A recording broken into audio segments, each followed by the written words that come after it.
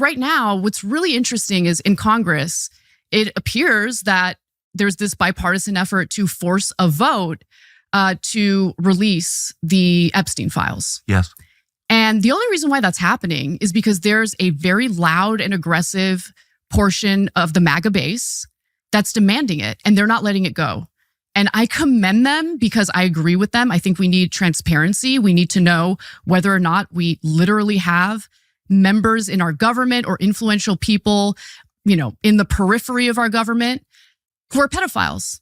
I want to know. I think that's fair. Yeah. It's interesting, the framework that you laid out. The government of any country ought to be sovereign, which is to say it should make most of its big decisions on the basis of what's good for the people that it represents.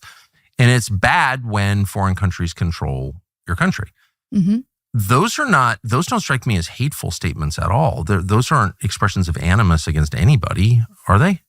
I don't think they're hateful statements at all. I'm an American. I love this country. I love the people in this country. And I don't want to live in this ridiculous perversion of the American government where they pretend to represent us, but in reality, Americans are on the back burner. Our tax dollars are being taken from us, not to help Americans who need help, but to give all sorts of subsidies to private industries that are already doing really well. Okay, they don't need extra subsidies or tax cuts or things like that. But in addition to that, all the foreign aid that we're pumping into the Middle East, Israel, right? Oftentimes when we talk about foreign aid that goes to Israel, at this point, I believe it's about, $4 billion a year on top of all of the military aid that we've been pumping into Israel over the last 2 years. I mean, it's unacceptable to me that we're doing that. And in the backdrop of that, you have the United States Congress cutting $1.1 trillion to Medicaid? Really? That's the problem? That's where we need to cut funding from?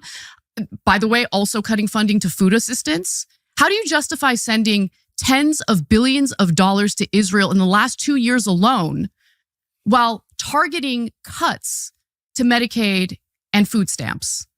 It makes me beyond angry. I think it's so unbelievably unjust.